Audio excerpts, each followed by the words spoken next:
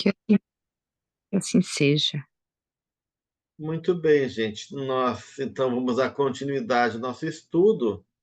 No encontro anterior, a gente estava trabalhando o item 1, Deus, a experiência da comunhão, e o qual hoje a gente vai dar continuidade, né? A gente viu uma parte do capítulo e ainda vamos ver uma outra, a segunda parte do capítulo que a gente não viu no encontro anterior.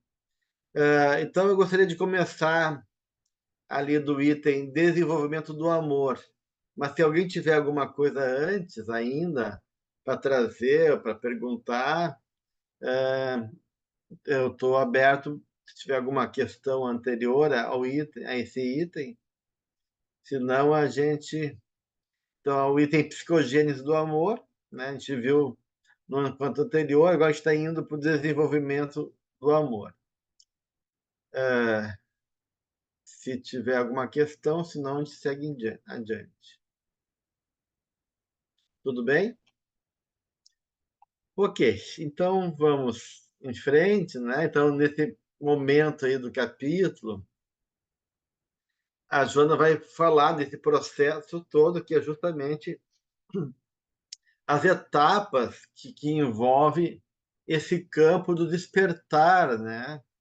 Das emoções, e mais tarde do sentimento, né? E todo esse campo que vai, de uma certa maneira, se abrindo também a partir de dois aspectos básicos, né? Ela fala aqui do medo, que, que é uma experiência emocional muito importante, né? Para a experiência do espírito, porque o medo, de uma certa maneira, reflete uma a gente já comentou aqui em algum momento, né? Um deslumbramento, né? Um susto diante da vida. Então, esse susto é um susto de maravilhamento diante de um mundo grandioso que não sabe explicar. Então, o medo, de uma certa maneira, vai criando dois movimentos, né? O movimento de defesa, de proteção, para lidar com as situações de perigo, de sofrimento, né? E o medo enquanto também a primeira experiência religiosa, né? Diante daquilo que é maior, e que de uma certa maneira vai, com o tempo, reconhecer forças superiores em relação a nós, né? Então, junto com esse processo básico de uma emoção primeira, né? A Joana vai falando, né?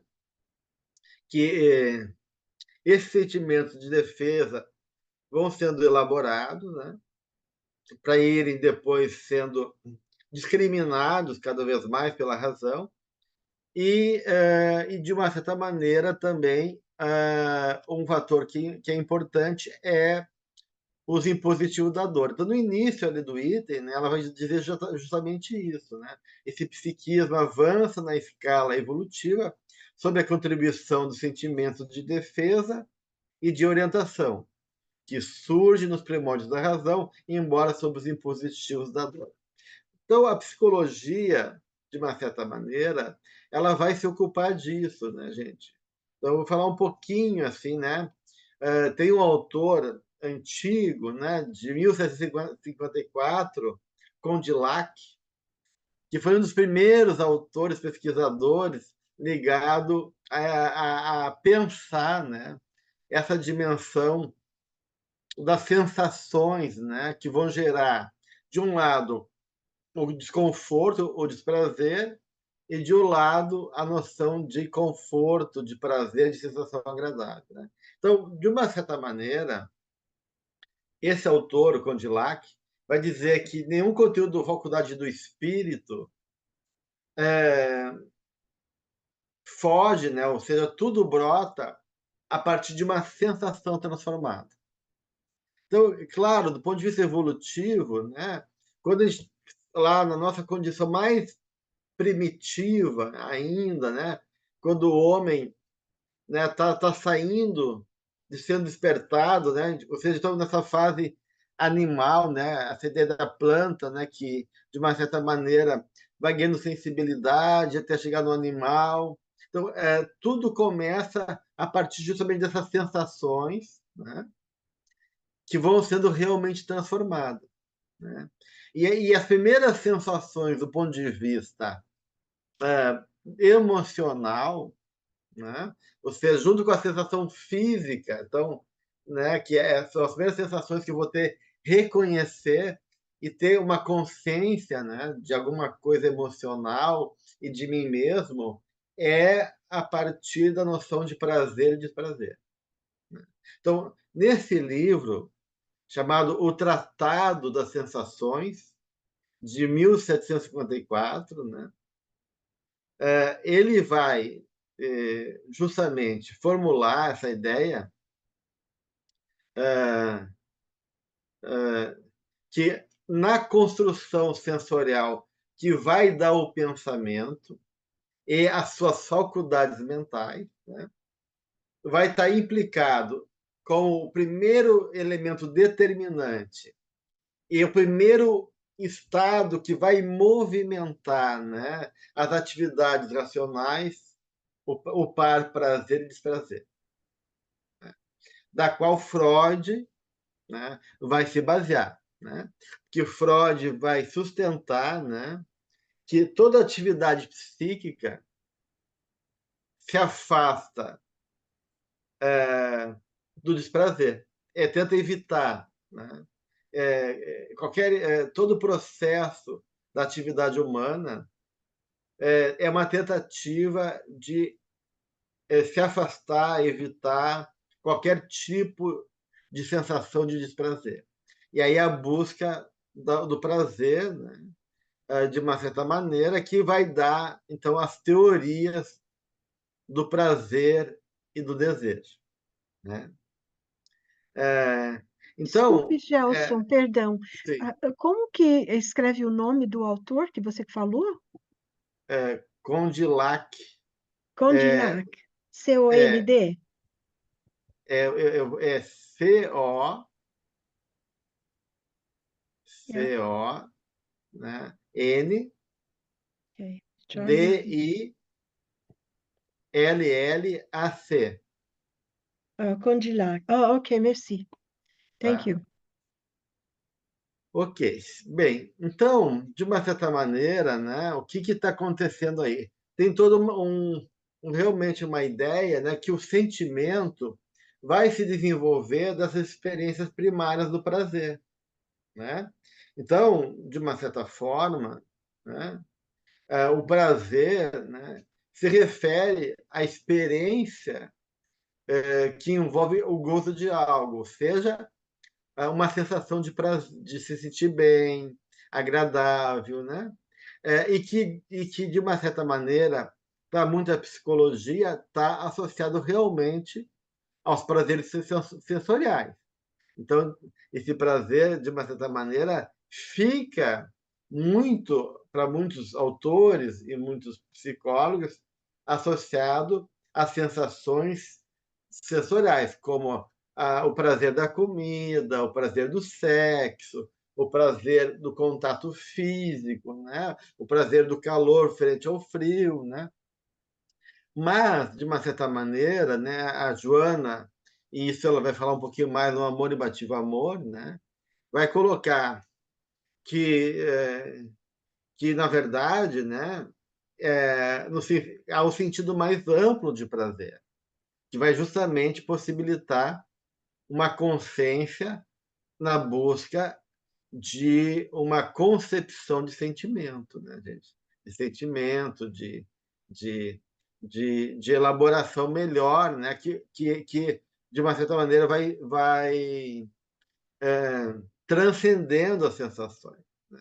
Então, de uma certa maneira, o prazer vai incluir todas as experiências positivas ou prazerosas, né? Por exemplo, né, a experiência de um esporte, seja de eu fazer um esporte, de assistir um esporte, o prazer diante de um pôr do sol, né?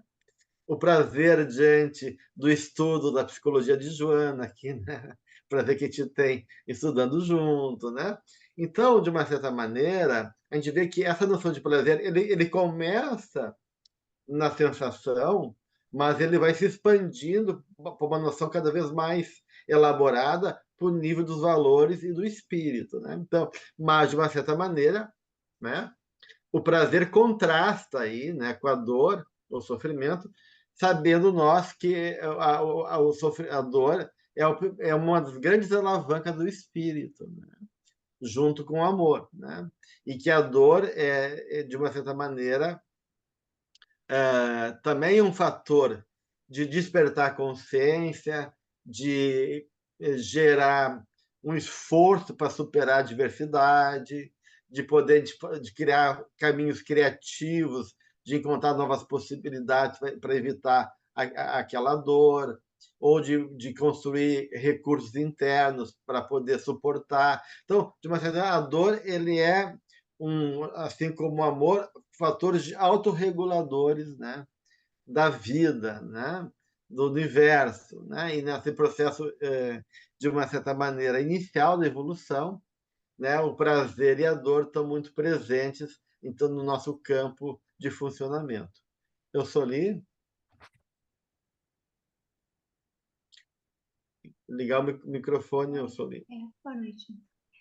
É que você falou sobre o Amor Invasivo Amor, e esse livro nós estamos estudando, conheço o Eco, já estamos na metade do livro, mas o primeiro capítulo é sublime. Amor, é justo chamar Amor Imbatível Amor.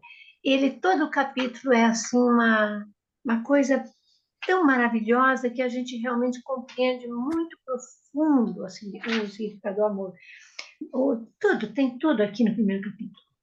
Uhum. Só queria mencionar isso para quem lembrar de ter esse livro, dá uma olhada. Ela vai falar sobre o prazer, né? Nesse primeiro capítulo, o desejo, o prazer, né? Não, Então, não só isso, mas umas coisas assim, sim, mas no caso, assim. Ele fala que sim. o amor deve ser sempre o ponto de partida de todas as aspirações e a etapa final de todos os anelos humanos. É lindo, Uhum. gente. Depois que vem amor, eros e tal. Tá, Muito bem. obrigada, Dal, que De isso uma queria certa lembrar isso. maneira, né? Então, conforme a corrente de psicologia, né? O prazer vai estar associado a alguns princípios, né? Então, algumas correntes de psicologia vê o prazer ligado ao desejo. Outros vê o prazer ligado à motivação. Outros vê o prazer ligado a uma ação. E alguns vê o prazer ligado a algum valor, né? Mas, de alguma maneira, né, a gente pode pensar que o prazer é realmente um elemento valioso, né, do ponto de vista a sustentar e, de uma certa maneira, dar sentido a todos nós, né? É claro que a visão materialista, hedonista, né, tem o prazer como único valor, né? E que todo prazer é, digamos assim, a base da vida psicológica e está muito sustentado nas sensações físicas, né? E na proposta justamente do Freud, todas as nossas ações aí visam aumentar o prazer e evitar a dor, né? Então, que vai dar o princípio do prazer. Então, o Freud diz que o ser humano ele é movido pelo princípio do prazer, vinculando o prazer à motivação e à ação. Então, toda ação e motivação dos homens é, de uma certa uma busca de prazer, né? E claro, né? hum, aí tem toda uma série de divisões, né? Entre o desejo e o prazer, né? Então, dentro do prazer, então o Freud vai colocar o desejo ligado ao prazer, né? E aí começa a estabelecer essa relação entre o desejo e o prazer na dinâmica, né? Psicológica, né? Porque para Freud o desejo é uma tentativa de resgatar na memória nossa a um prazer original lá quando a gente era bebê. Então, o desejo está ligado a uma experiência antiga que ficou no nosso inconsciente e que, no fundo, inconscientemente, a gente quer reproduzir para gerar esse prazer. Então, de uma certa maneira, É, é, é, então, a gente tem visões, sim, Santiago. Perdón, Gelson. ¿El placer de ver existe en este punto? Prazer de quê? Placer de ver, placer, responsabilidade. Uhum. Sim, de uma certa maneira, né, na medida que a gente vai evoluindo, né, Santiago, como a gente viu, né, que o prazer também está associado não só a essa visão hedonista de um prazer utilitarista, né, mas também tem autores que conectam o prazer à ética, né? Então, de uma certa maneira, né, tem essa visão que uma ação correta, né, gera também prazer. Então, de uma certa maneira, os valores também vão gerar prazer. Isso depende do grau de consciência e de realidade espiritual de cada um, né? Então, é, é, então assim, ó, é, tem várias teorias, né, que vão sustentar essa relação, né? É, essa ideia que o desejo como valor, o desejo como motivação de uma ação, o desejo de busca de prazer. Então, tem várias teorias, né? São as mais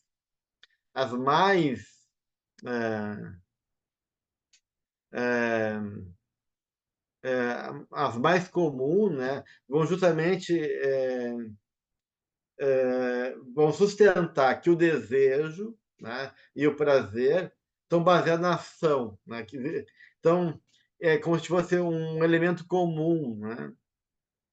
É, então, essas teorias, né, vão determinar que o desejo, né, em termos de uma disposição para agir, né? Então, assim, e claro, né, muitos acham que todo desejo gera uma ação, né? Assim, então, alguns teóricos da psicologia vão fazer essa relação, né? Que todo desejo é voltado para uma ação, né? Que realmente a gente sabe quando a gente está apaixonado ou deseja alguma coisa importante, há uma tendência de a gente poder ir ao encontro de um movimento, né? Mas, né, os críticos dessa teoria vão mostrar que nem sempre as ações, as inclinações para agir, são baseadas em desejo, né? Então, eu vou dizer, não, nem tudo que a minha ação é baseada no desejo, né? Pelo contrário, né?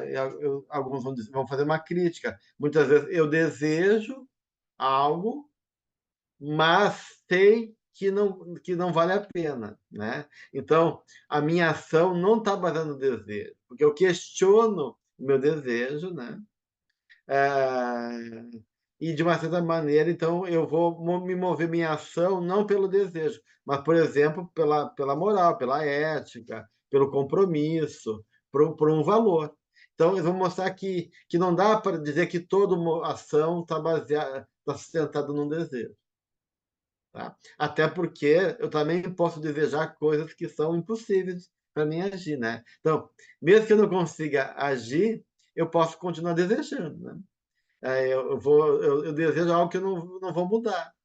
Então, isso mostra que essa relação de desejo e ação nem sempre elas se equivalem, então são recíprocas, né? Mariana? Gelson, porque assim como o desejo, tá? Tem a vontade, tem o querer. Eles movimentam uma ação, né? Mas como você falou, o desejo nem sempre, às vezes, eu me movimento. Eu posso ficar com o desejo lá quietinha. A vontade já não. Eu vou realmente me movimentar? Ou também posso ficar com a minha vontade quietinha? Ou o meu querer? Eu não vou entrar, né, Mariana, muito nessa questão entrar nesse processo É, de... porque isso sempre é uma dúvida minha, porque assim, eu vejo É, isso que vai movimentar, porque o prazer ela é a consequência disso tudo. é porque assim, ó, tem a necessidade, desejo, vontade, né? Então são questões realmente complexas e que se misturam, né? Mas tem uma aula lá da AME Brasil, quando a gente trabalhou, que é sobre a vontade. Sim. E lá nessa aula, a gente fez toda uma diferenciação entre vontade, desejo, necessidade, né? Mas a gente pode pensar assim, que a vontade, mais do que um impulso de ação, né, é o leme, né? Então, alguns espíritos, só para a gente poder dar uma ideia, não vou entrar muito nesse campo, porque senão a gente vai fugir um pouquinho do foco do nosso objetivo, né? Mas a vontade não está tanto no motor, né? O motor é a força que nos movimenta, porque numa embarcação tem o motor, né? Então, alguns autores juntam o motor à vontade de seguir, a vontade de prosseguir, a vontade de ir em frente, a vontade forte, né? E esse movimento do motor que impulsiona a direção, para alguns espíritos, não está ligado ao motor. Então, isso está ligado mais às motivações. Uhum. E essas motivações estão ligadas também ao desejo. Então, onde está a vontade? A vontade está no leme. Então, alguns têm um espírito, não me lembro agora, que eu acho que nas instruções psicofônicas, se eu não me engano, ele fala sobre a vontade, ele fala assim que, na verdade, a vontade é o leme que dá direção à embarcação, e não tanto o motor que impulsiona o movimento, né? Então, se de uma certa maneira, se o pensamento é a forma, né? O sentimento é a intensidade, a vontade é a direção. Uhum. Tá? Então, eu vejo muito mais a motivação ligado aos desejos e aos sentimentos do que a vontade. Uhum. Tá? É porque aí Mas, realmente nessa questão do amor, porque depois ela vai falar dessa questão até desse amor material mesmo, né, que a gente, né, se apaixona e aí realmente, né, aí vem a questão do sentimento, vem a questão da vontade, né, e, e a gente fica meio iludido, a gente confunde as coisas, vamos dizer assim, nesse amor material, né, que ela dá depois aí como exemplo. E aí realmente aí entram questões, né, como você está falando, essa questão da vontade, essa questão do desejo, essa questão do sentimento, né, que impulsiona para, vamos dizer assim, conquistar aquele amor, né? Que aí a consequência, vamos dizer, o prazer disso tudo. é, Ok, sim. obrigada. Então, é toda uma complexidade de fatores que É, estão agindo, né? A Olímpia lembrou do pensamento e, e vida do Emmanuel, que também trabalha, também tem o capítulo da vontade lá, que é muito bom, né? sim, e Eu aí, na sou verdade, livre. assim, você falou aí pensamento, não é as forças do espírito, a vontade, o pensamento e o sentimento, né? É complexo esse negócio. Sim, complexo.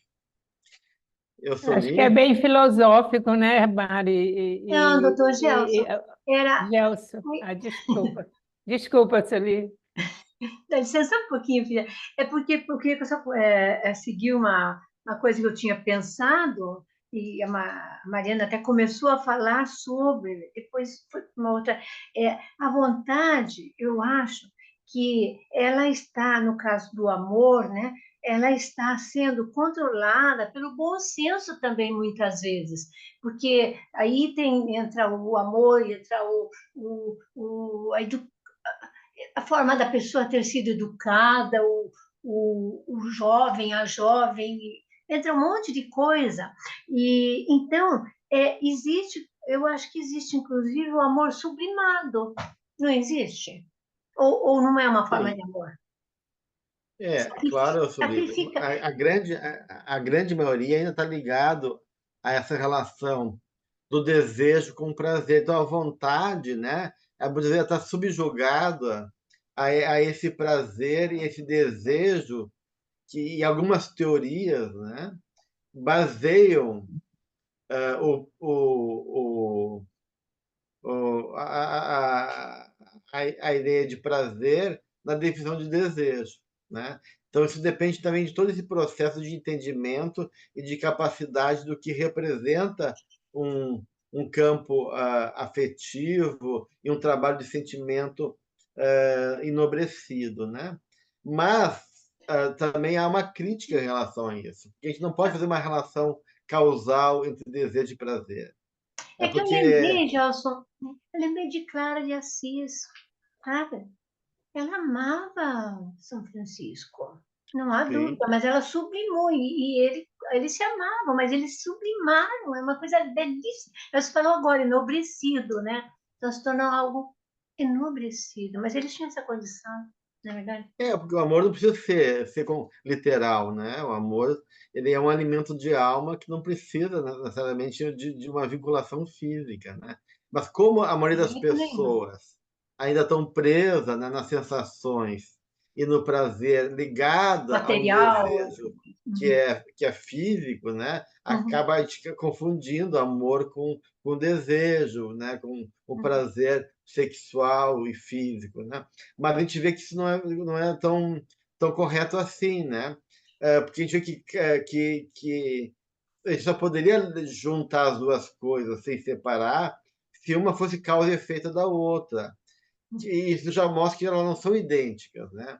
Além disso, há desejos que não geram prazer, né? Que quando a gente realiza, na verdade, são enganosos e que, em vez de gerar prazer, gera dor, gera sofrimento, né? Então, a gente vê que esse campo é bem complexo, né? Mas que algumas teorias acabam juntando as duas coisas. Sara, tem que ligar o microfone, Sara.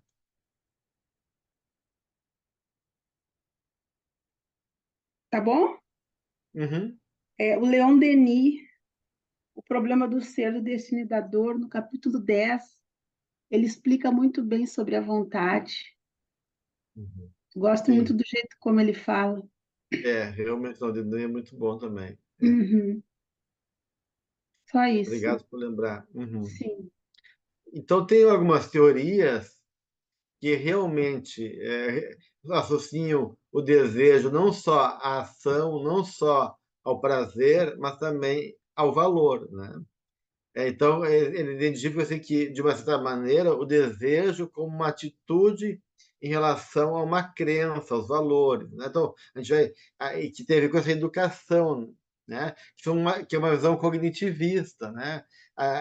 Desejo como crença, né? Como algo que é bom. Então, eu sempre me ensinaram que fazer o bem é bom e assim eu fui associando experiências positivas. Então eu tenho um desejo de fazer o bem, né? Então aí há essa relação entre o desejo e o valor, né? Então tem várias teorias aí, né? Mas de qualquer maneira tudo isso para dizer que o desejo, na medida que o sentimento, né, vai sendo trabalhado, né?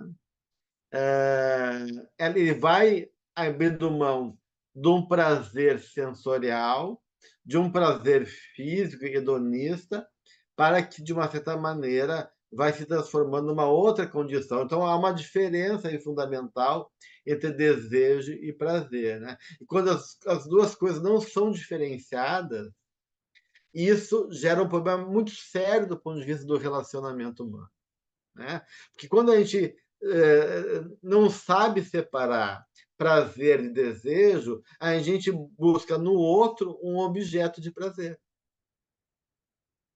né? Então, se ficar preso desejo e prazer, nas relações humanas, o outro não é visto como um ser humano, mas como um objeto do nosso prazer. Então, a gente tem que saber aprender a separar uma coisa da outra, né? Porque não são a mesma coisa, né? É, é, Então, claro que o querer, como parte do pensamento da consciência, né, é uma escolha assumida pelo ego, né? Enquanto que o desejo, né, sempre é algo inconsciente, ligado a uma falta, né? O desejo está sempre ligado a uma falta. Então, alguns teóricos, né, cristãos, né, eles diziam justamente isso, né, que que só não tem desejo quem for um espírito completo, pleno, né? Então, de uma certa maneira, o desejo sempre está baseado numa falta, né? Então, tanto Platão, né, como os filósofos cristãos tomam o desejo como uma característica dos seres finitos e imperfeitos. Então, todo o desejo pressupõe uma carência. E do ponto psicológico, né, todo desejo está baseado numa falta e numa busca de um valor de alma. Então, quando eu fico apaixonado, quando alguma coisa eu desejo alguma coisa, é que tem algum valor de alma projetado naquilo, que está ligado a uma falta que diz respeito ao meu processo interno, né? Que às vezes vem de maneira literal, mas de uma certa maneira geralmente é simbólica. E no fundo, quando a gente vai trabalhar a questão do desejo central do André Luiz, lá do Manuel Filomeno de Miranda, o desejo central, no fundo, é a busca de Deus. Então, por trás de todo desejo, seja sexual, seja de poder, seja de relacionamento, seja de busca de prazer, seja o que for, né? Ela está, no fundo, é uma busca de self, de algo que é essencial para a minha alma. Então, de uma certa maneira, consciente e inconscientemente, por trás de todo desejo está uma busca de Deus, mesmo que seja uma busca infantil e equivocada, né? Então, vocês vê assim, que todo esse processo do espírito, nessas buscas do desejo, das relações, no fundo, é um grande exercício para amar e para compreender e estabelecer essa relação de amor com Deus, né? Então, tudo isso está em jogo aí nessa dinâmica, né, gente? E, claro, daí a Joana vai aqui no capítulo e trabalhando isso, né, gente? Ela vai se ocupando disso, vai falando, então, que isso é um processo lento, né? Que tem esses atavismos do passado, né? Que ancestrais, né? Que vão estabelecer o que é o sentimento e e uma fantasia de amor que não corresponde à realidade, né? Que tem que ser trabalhados, né? E que muitas vezes eles não são superados ainda, né? Então, a gente pensa que ama, mas no fundo a gente ama muito pouco ainda. Isso que a gente chama de amor pelos outros, muitas vezes é uma projeção da nossa necessidade infantil e emocional. Então, como diz a Joana aqui no capítulo, né, nós, como seres imaturos, queremos muito receber o amor e sem dar o amor. E por isso que o amor se confunde muito com o poder também. Porque na medida que eu não acredito no amor, né,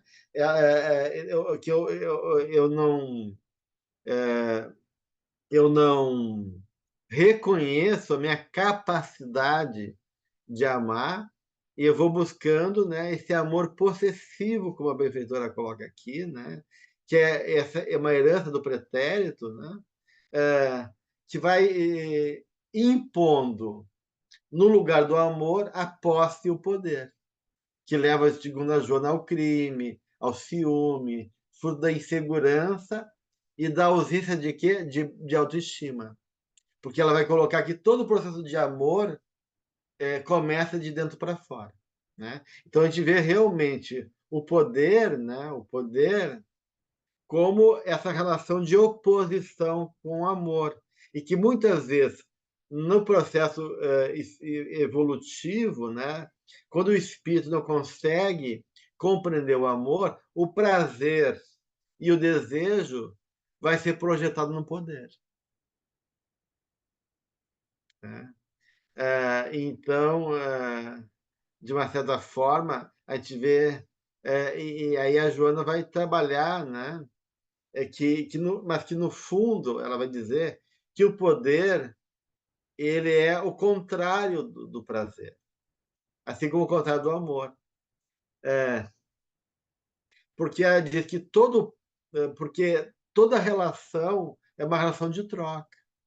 Né? Tem que haver permuta de energia nas relações afetivas. Toda relação de afeto, né, trabalha para liberar fluxos de sensações e emoções, né, que envolve a troca, porque tudo é vibração. Né? E a vida, então, envolve, né, de uma certa maneira, esse campo de troca das pessoas. Né? E quando a pessoa está presa no poder, né, diz a Joana de Ângeles, né, o poder gera um conflito que impede o prazer real. Por quê? Porque eu não me abro para o outro, eu quero dominar o outro. Né? Então, essa dominação ameaçadora, impositiva, né? Acaba eu não conseguindo justamente movimentar, né? Essa energia, né? Uma forma de poder realmente me sentir alimentado. Então, no fundo, aquilo não vai gerar prazer. No fundo, isso vai me gerando um vazio existencial, né? Porque eu estou fechado nisso. Ou eu quero controlar, né? Então, eu corto o fluxo dessa energia, né? E de uma certa maneira, fico no vazio ou no controle, né, sobre o outro, né? Eu acabo negando que eu preciso do outro, achando que eu não preciso do outro. E nessa negação, eu também me oponho àquilo que o afeto e uma relação verdadeira podia me dar enquanto prazer. Então, por isso que o amor e o prazer, o amor e o poder, eles são antagônicos. Débora? Jossa, eu nem sei se vai fazer sentido, se eu vou conseguir formular direito essa pergunta, mas é porque ontem a gente estava estudando sobre o movimento sintético no grupo aquele estudo de Joana e André Luiz, né? E aí a Clara, a Adriana estavam explicando esse movimento, né? Da separatio e da conjunction, acho que é isso, né? Então, esse Separasse conosco. Uhum. processo de se desidentificar, né, e depois para a gente poder, né, reintegrar. E aí, quando você estava falando do amor agora, né, fiquei pensando, será que passa por esse processo, assim, de alguma forma, porque a gente vai, né, saindo desse amor mais egóico, quando a gente está muito autocentrado, aí a gente vai, sei lá, se tem uma separação, depois a gente consegue, né, se abrir mais, né, porque ela veio falando das amigos, né, que chega lá, né, muito autocentrado, e aí depois a gente vai se abrindo para realmente conseguir serviço, né? Vai reformulando a imagem que ele tinha sobre amor, né?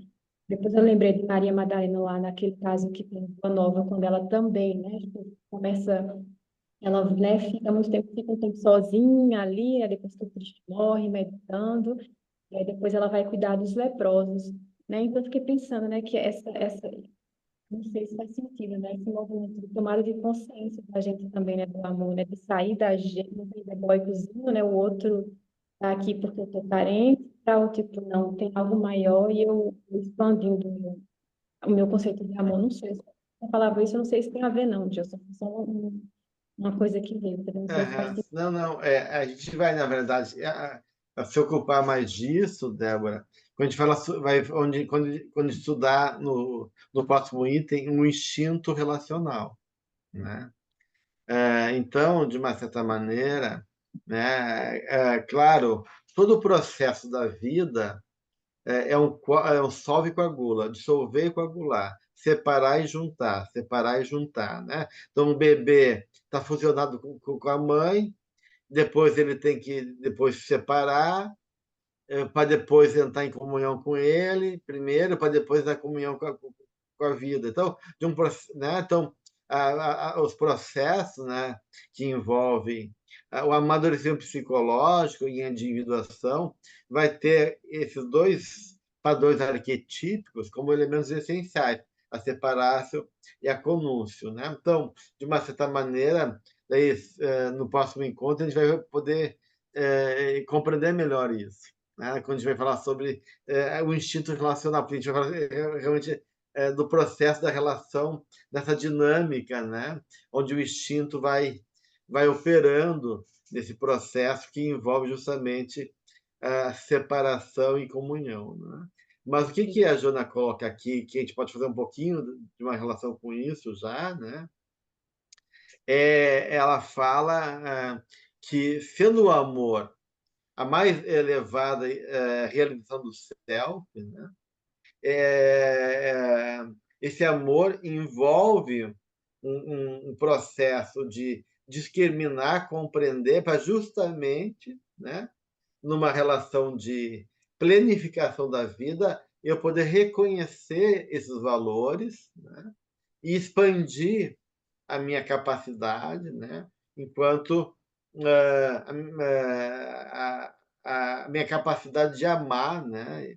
E aí, quando eu amo, né, eu estabeleço então esse plano de comunhão, né?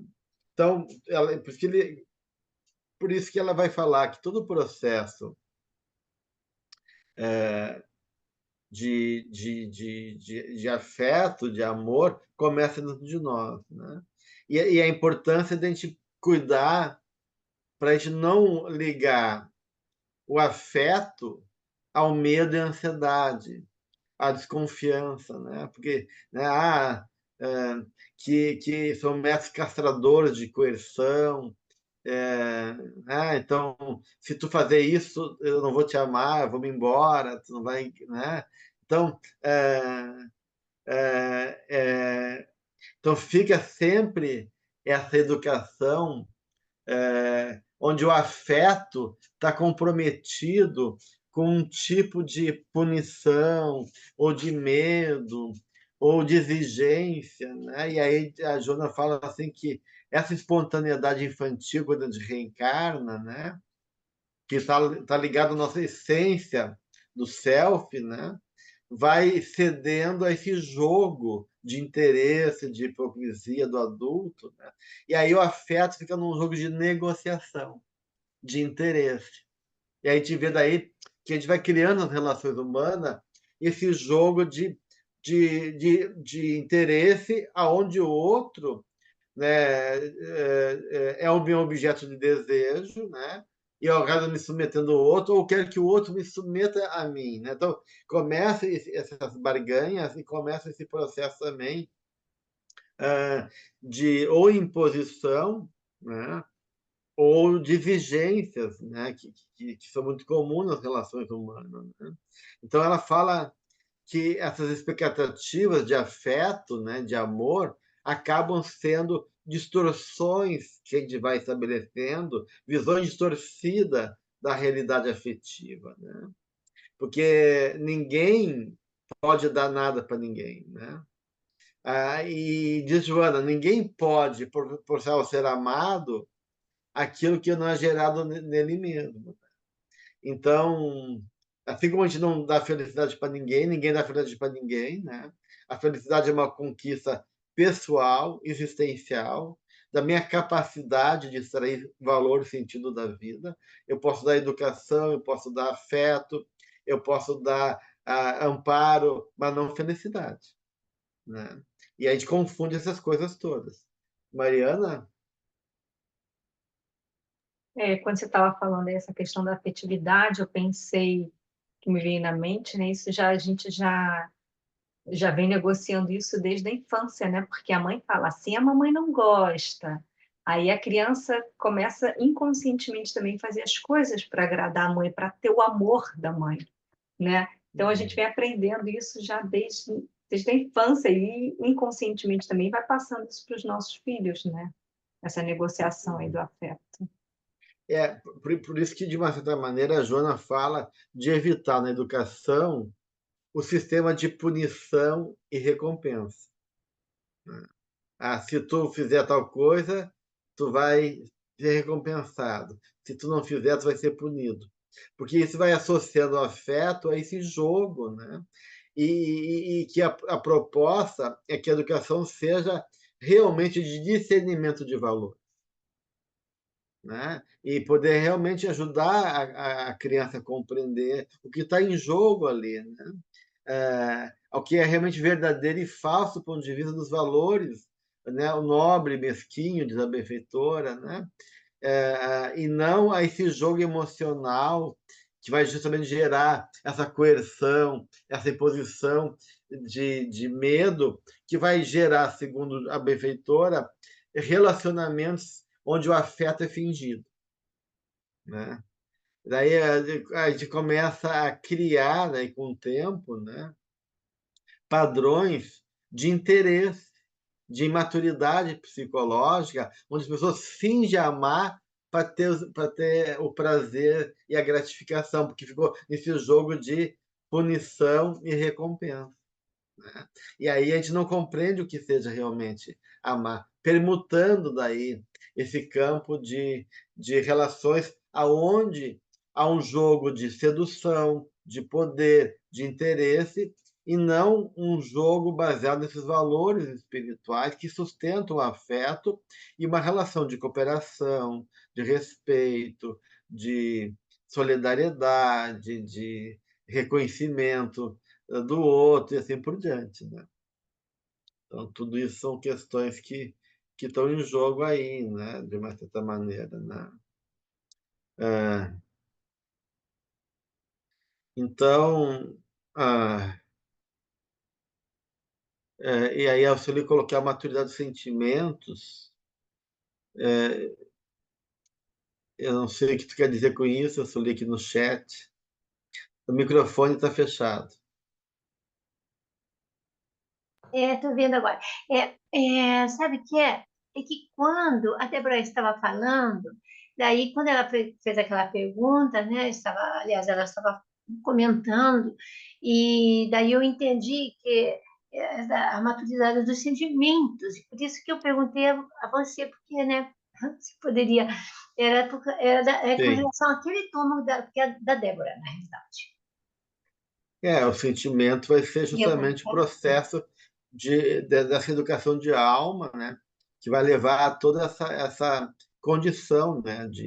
De que ela fala de um processo, né? De relação afetiva que é sempre individual, né? Ou seja, e isso eu acho bonito essa frase. Os relacionamentos afetivos são individuais. Então, olha só que interessante isso, né? Assim como a consciência sempre é um ato individual.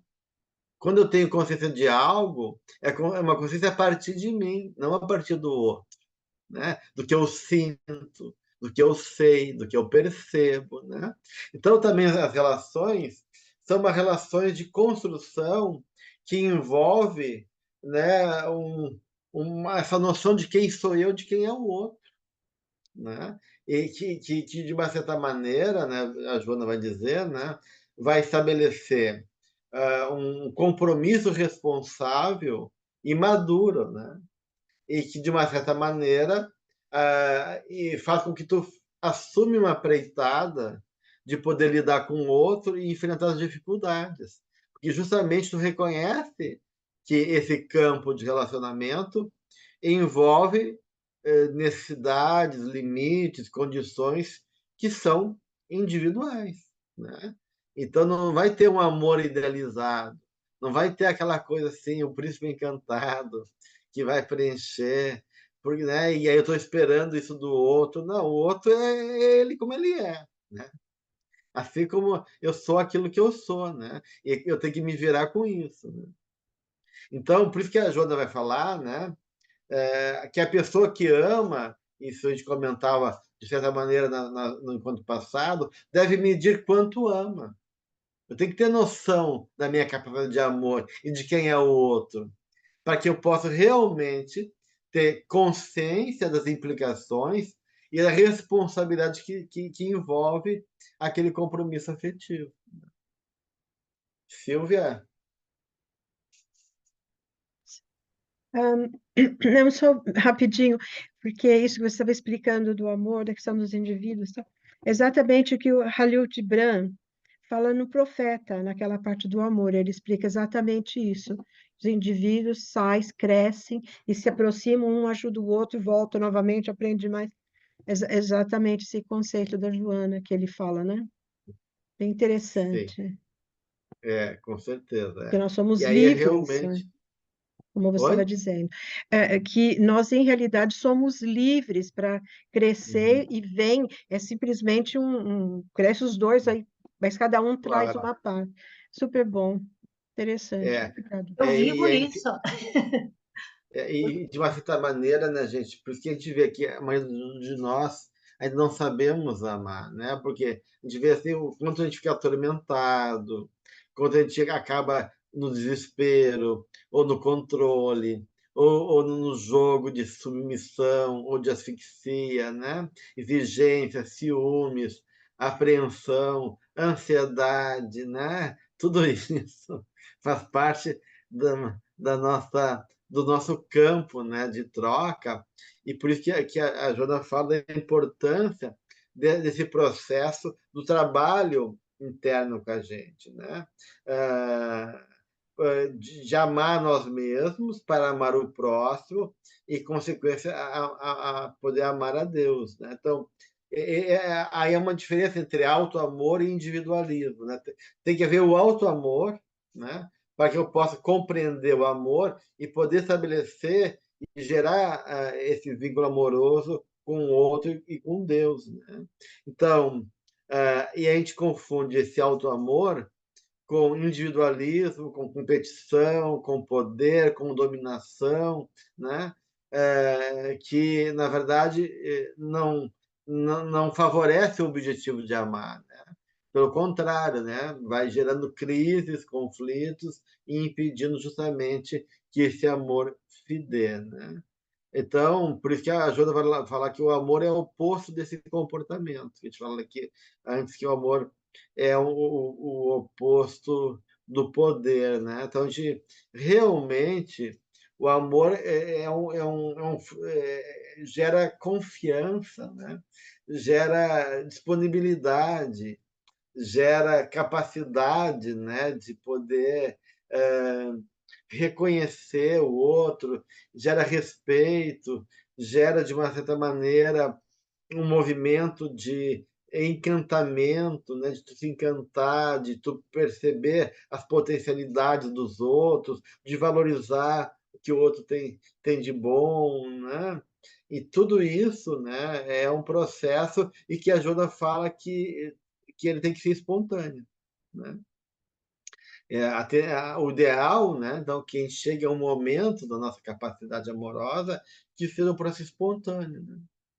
De poder, né? E que o amor, diz a Joana, não deve gerar dependência, né?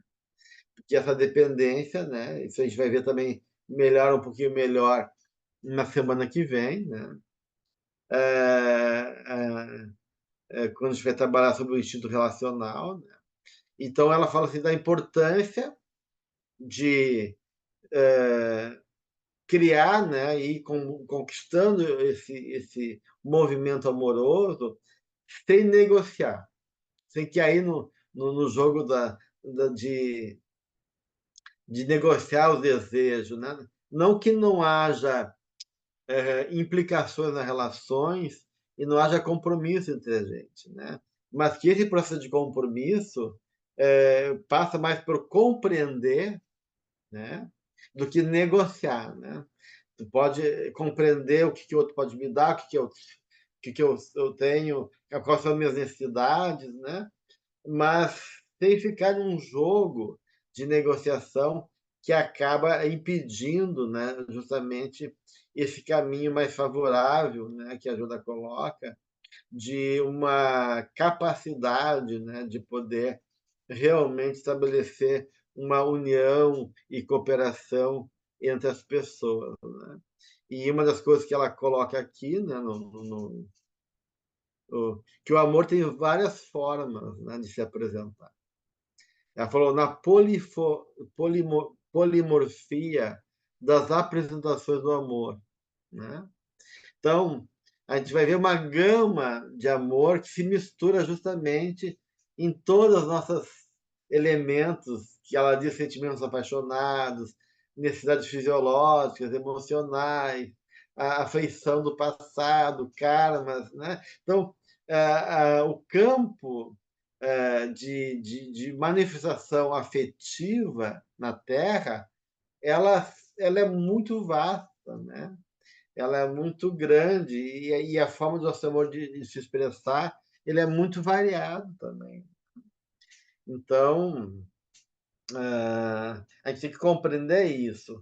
Por isso que, de uma certa maneira, nunca vai ter uma mesma forma de amar entre as pessoas, né? Ou de demonstrar o amor, ou de sentir esse amor, né? Mas a grande questão aí é que ninguém vive sem amor, né? Então, partindo desse campo, né, sensório, né? A Joana vai finalizar aí o capítulo assim, né? Partindo desse campo sensório, das manifestações sexuais, né? Até chegar nas expressões sublimes de renúncia e santificação, né, do amor. Esse amor é o mais eficaz processo psicoterapêutico que existe, ao alcance de todos. Então, aí a Joana vê o amor, né, como realmente o elemento central de todo o processo de transformação nossa, né, do indivíduo. Né? E é verdade, né? Então, a melhor psicoterapia é amar, né?